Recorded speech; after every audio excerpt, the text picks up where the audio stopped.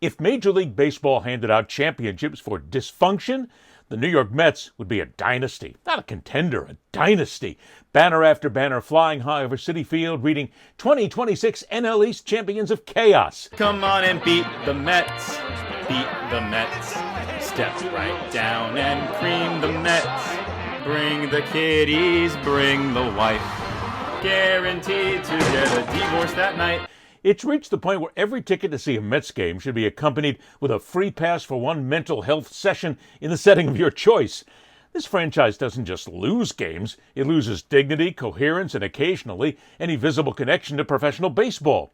Every year, like a bad sequel nobody asked for, the Mets return with the same plot. Big spending, big talk, and then, right on cue, a slow-motion faceplant into irrelevance. Got no pitching, cannot hit. Most times it looks like they don't give a shit. And that's what makes them so deliciously absurd. This isn't a broke team. This isn't a give it a few years rebuild. This is the baseball equivalent of lighting stacks of cash on fire and then acting surprised when the smoke blocks your view of the standings. Steve Cohen has more money than common sense outcomes to show for it, and somehow this operation still runs like a yard sale with uniforms. It's okay though, guys, cause we got a surprise. Steve Cohen's gonna save the team. You can do it! Overpay for some old players, and then we'll reign supreme. We suck again! The Mets don't operate under financial constraints. They operate under a complete and total inability to turn money into competence. It's almost performance art at this point.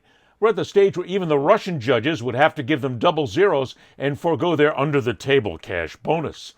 Let's talk about how they actually play. Pitching?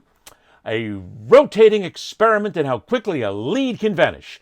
At times, it's almost as if the Mets pitching staff has a running pool every game to see who can torch a lead faster than anybody else and how many flamethrowers they can exhaust in the process. Have you ever played baseball? Do you possess the ability to jog slowly around the bases?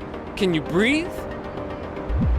If you answered yes or maybe to just one of those questions, then the New York Mets want to hear from you. Defense?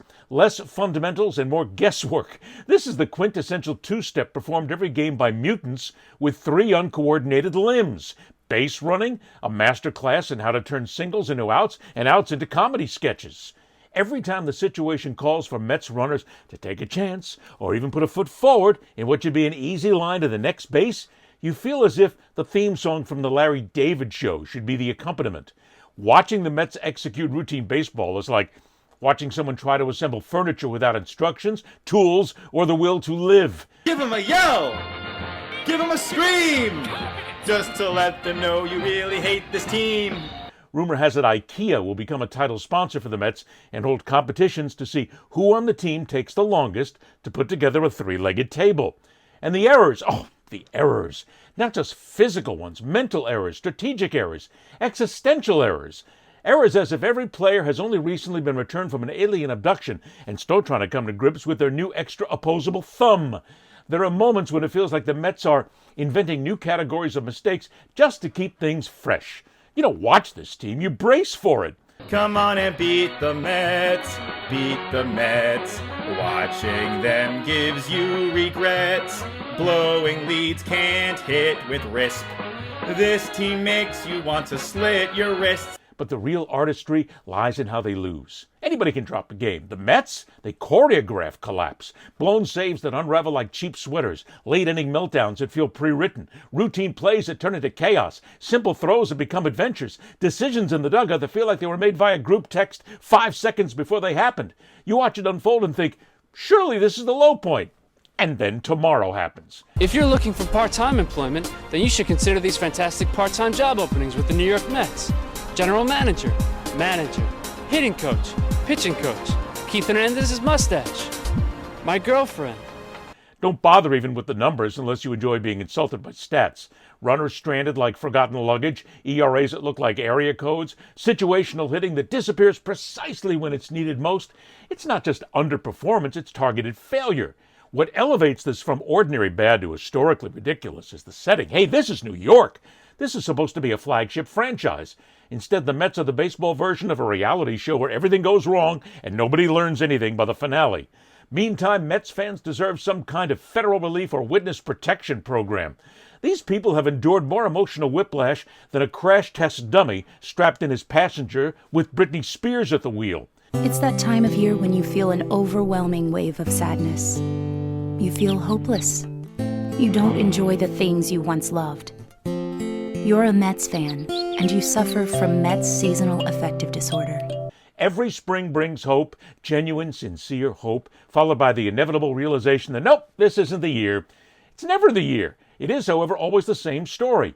We're at the point where every ticket holder will be granted a discount therapy for that post-game electric shock. There's the punchline that never gets old. None of this has to happen. The resources are there. The talent exists on paper. The expectations are sky high. And still the end result is a team that plays like it met each other in the parking lot 20 minutes before first pitch. Remember 1986? Neither do I, because I wasn't f***ing born yet. So yes, there are worse teams in baseball. There are organizations with fewer advantages and smaller ambitions, but they're not the Mets. They're not out there redefining what it means to fail loudly, publicly, and expensively. The New York Mets don't just disappoint, they commit to it. Year after year, inning after inning, mistake after mistake. At this point, it's not a slump, it's a brand. So talk to your doctor about Mets-a-Love today, because being a Mets fan sucks balls. Because when you strip it all down, the Mets aren't just bad. They're spectacularly, expensively, and repeatedly bad in ways that defy logic, frustrate reason, and, whether you want to admit it or not, make the rest of baseball shake its head, laugh a little, and say, oh, of course, it's just the Mets.